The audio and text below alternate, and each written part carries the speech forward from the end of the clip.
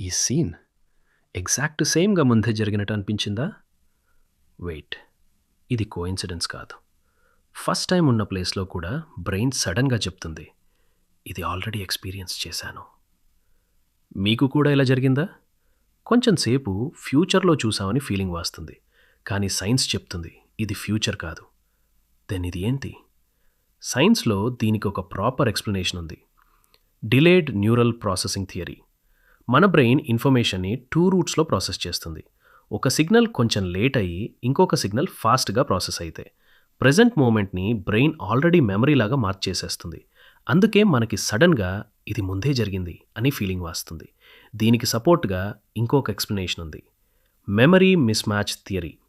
New ఎక్స్‌పీరియన్స్‌ని brain old మెమరీస్‌తో compare చేస్తుంది. కొంచెం మ్యాచ్ అయినట్టు అనిపిస్తుంది, కానీ ఫుల్ డీటెయిల్స్ మాత్రం గుర్తురావు. అందుకే డేజావు ఫీలింగ్ స్ట్రాంగ్‌గా ఉంటుంది.